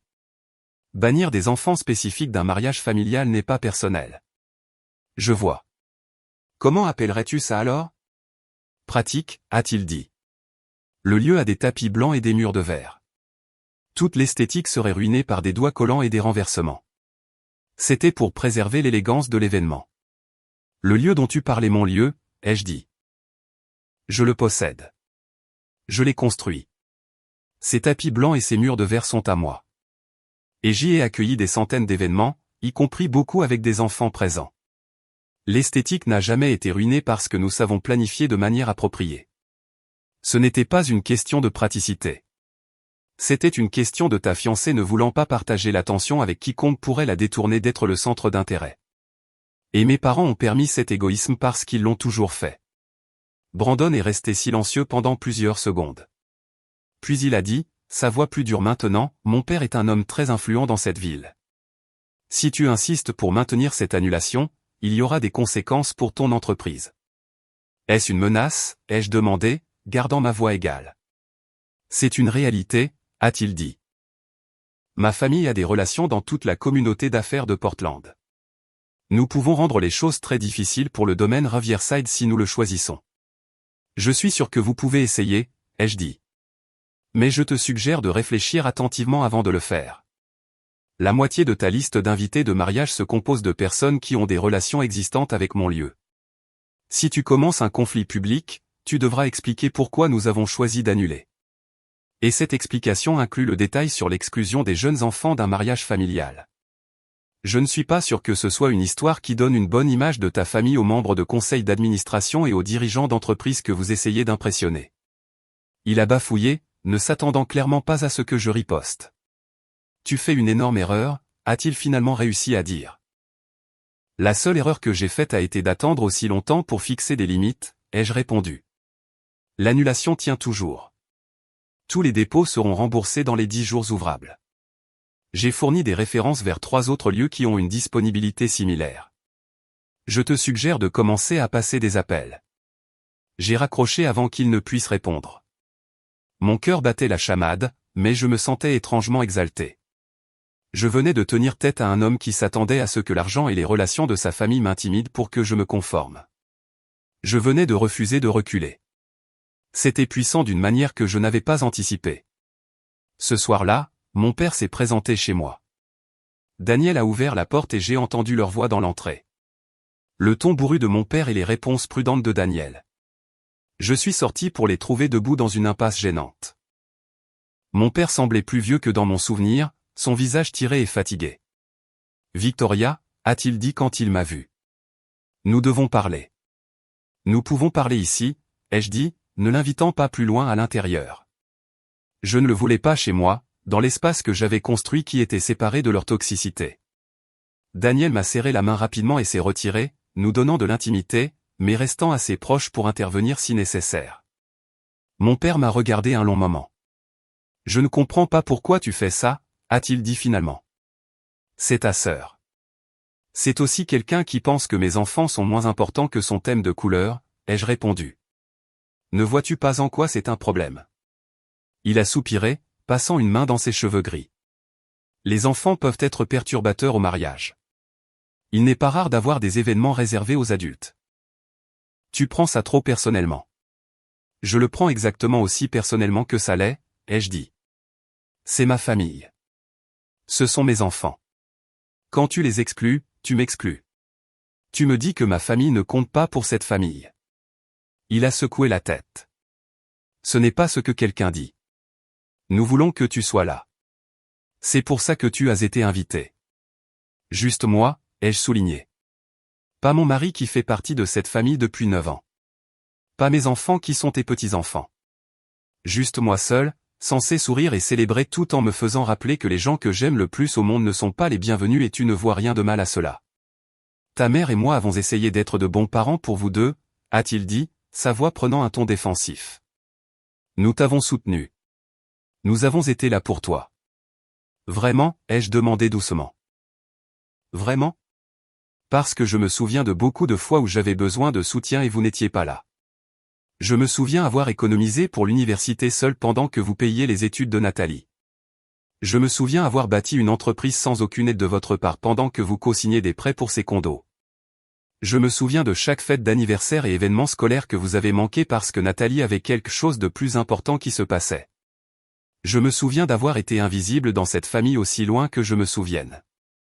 Son visage a rougi. Nous avons fait du mieux que nous pouvions. Nathalie avait besoin de plus d'aide. Elle a toujours été plus. Il s'est arrêté, cherchant des mots plus délicats. Tu as toujours été si capable. Tu n'avais pas besoin de nous de la même manière.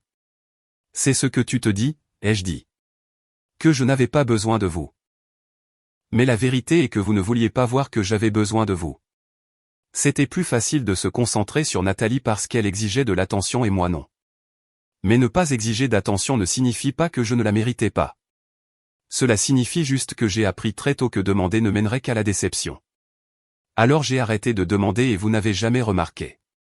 Il a détourné le regard, mal à l'aise avec la vérité suspendue entre nous. Que veux-tu de moi? A-t-il demandé. Des excuses? Très bien.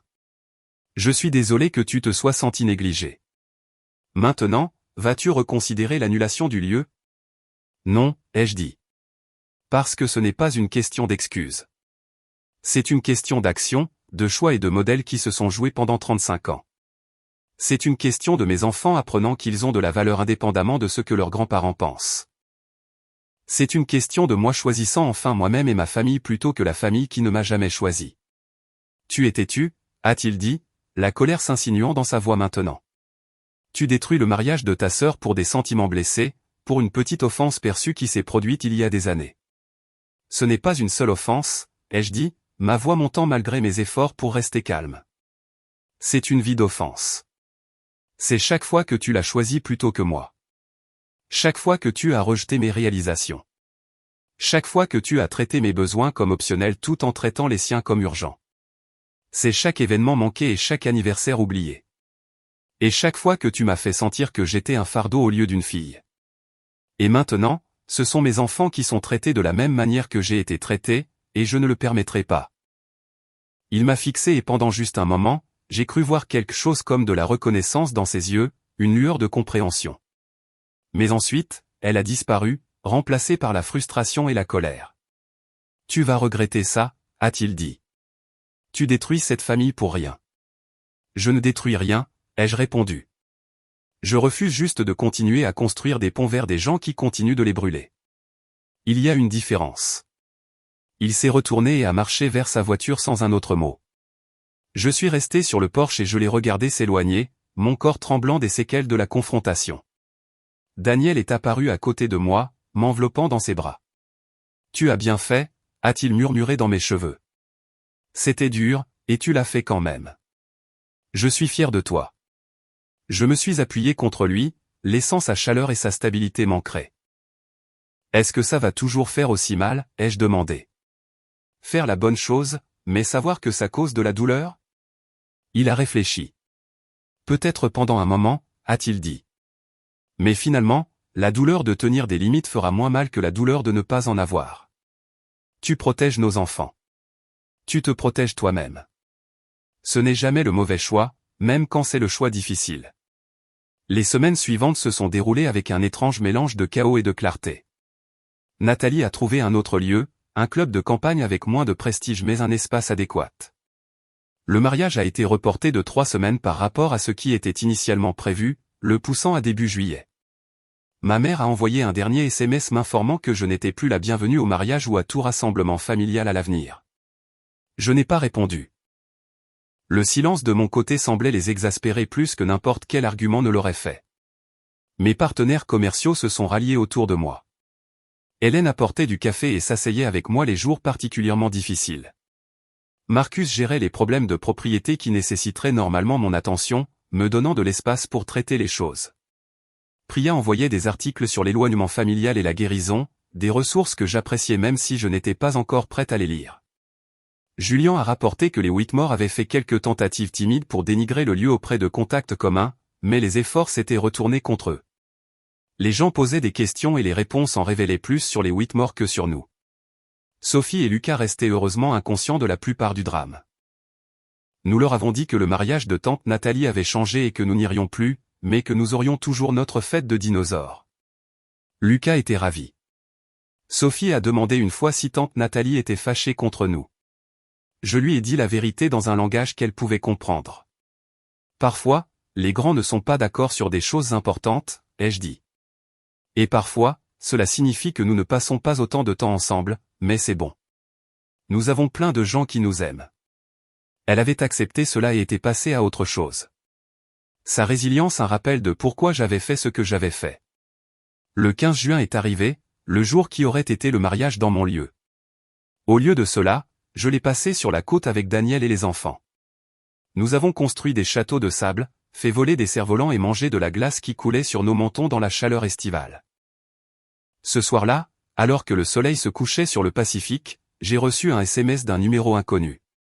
C'était une photo de Nathalie et Brandon à leur mariage reprogrammé, entourés d'invités en tenue formelle. La légende disait, elle a eu sa journée parfaite de toute façon. Tu n'as rien accompli. J'ai regardé la photo un long moment, étudiant le sourire de ma sœur, les décorations élégantes, la foule de gens bien habillés. Puis j'ai regardé mes propres enfants, sablonneux, brûlés par le soleil et riant en chassant les vagues. J'ai supprimé le message sans répondre. 3 mois plus tard, j'ai reçu un email inattendu. Il venait de tante Linda, la première communication que j'avais reçue d'un membre de la famille depuis l'annulation. Elle écrivait qu'elle avait réfléchi à tout ce qui s'était passé, qu'elle avait commencé à voir des schémas qu'elle n'avait pas remarqués auparavant. Elle écrivait qu'elle était désolée de ne pas avoir pris la parole lorsque mes enfants ont été exclus, qu'elle aurait dû remettre en question la décision au lieu de s'y conformer. Elle écrivait qu'elle aimerait prendre un café un de ces jours si j'étais ouverte à cela. Pas de pression, pas d'attente, juste une offre. Je l'ai rencontrée au Copper Moon Café un samedi matin pluvieux d'octobre. Elle avait l'air nerveuse, serrant sa tasse de café à 2 mains. Nous avons parlé pendant 2 heures. Elle a posé des questions sur mon entreprise. Vraiment demandé, voulant comprendre ce que j'avais construit. Elle a posé des questions sur Sophie et Lucas, leurs intérêts et personnalités. Elle s'est excusée, non pas avec des excuses, mais avec un remords sincère pour les façons dont elle avait participé à des dynamiques familiales qui me blessaient. Elle ne m'a pas demandé de me réconcilier avec mes parents ou Nathalie. Elle a juste dit qu'elle voulait faire mieux, être présente dans ma vie si je le permettais.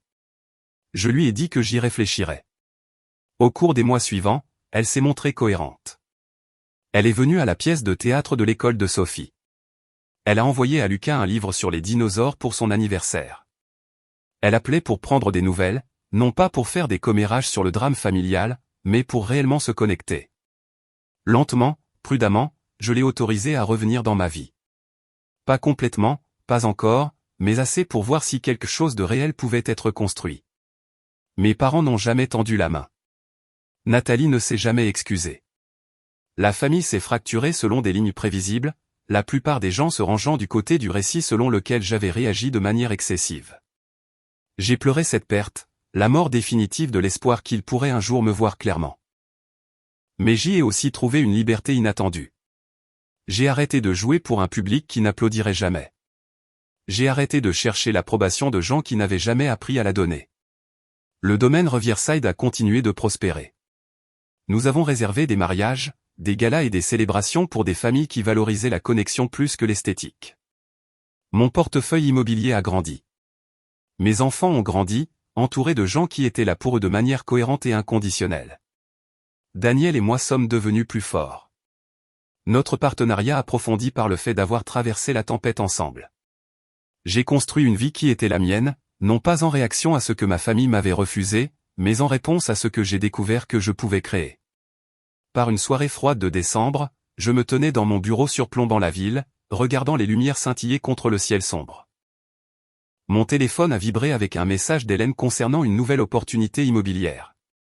Derrière moi, des photos encadrées bordaient les murs. Mes enfants à différents âges, Daniel et moi, le jour de notre mariage, mes partenaires commerciaux à notre célébration du 5e anniversaire. Mes beaux-parents lors d'un barbecue familial. Des gens qui m'avaient choisi et que j'avais choisi en retour. J'ai pensé à cette invitation de mariage arrivée 18 mois plus tôt, celle qui avait brisé quelque chose en moi. J'ai pensé à la fille que j'avais été, essayant toujours de gagner un amour qui aurait dû être donné librement. J'ai pensé à la femme que j'étais devenue, quelqu'un qui comprenait enfin que l'appartenance ne nécessite pas la permission de gens qui refusent de voir votre valeur. J'avais quitté une table où je n'avais jamais été vraiment la bienvenue. Et ce faisant, j'avais trouvé mon chemin vers un festin que j'avais construit moi-même, entouré de gens qui célébraient ma présence plutôt que de la tolérer. C'était ça la victoire. Pas dans l'annulation ou la confrontation, mais dans le choix de finalement me choisir complètement.